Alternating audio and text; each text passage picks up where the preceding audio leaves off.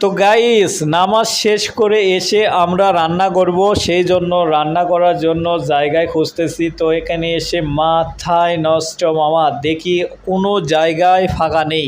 তো আমরা সব পরামর্শ করতেছি রান্না কোথায় করা যায়। তো দেখেন এখানে শুক্রবার করে অনেক অনেক ভিড় হয়। দেখেন কত রান্নাবাড়ি চলতেছে, এখানে খুব সুন্দর লাগতেছে। এখানে এসে মনটা ভরে যাচ্ছে।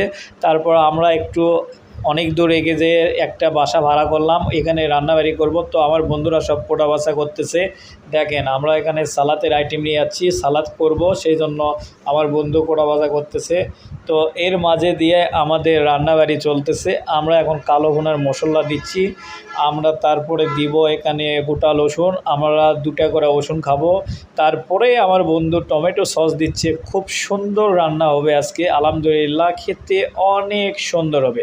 তো রান্না চলতেছে, এর মাঝে আমরা সব মজা করতেছি, আনন্দ করতেছি আর ওয়েট করতেছি কখন নামাজ পড়ে এসে রান্না তুলে দেওয়া হয়েছে। এই জন্য অনেক অনেক খিদা লাগছে সবারই। তো দেখেন আমাদের কালো ভুনা মোটামুটি হওয়ার ভিতর, খুব সুন্দর সুস্বাদু টেস্ট হবে, দেখেই বোঝা যাচ্ছে। তো গাইস আমরা মাঝে সাঝে মজা করি, খুব আনন্দ করি। তো আমার বন্ধু মিরাজুল সালাদ মেখলো, মাখার পরে আমরা খাওয়া দাওয়ার জন্য বসে গেলাম।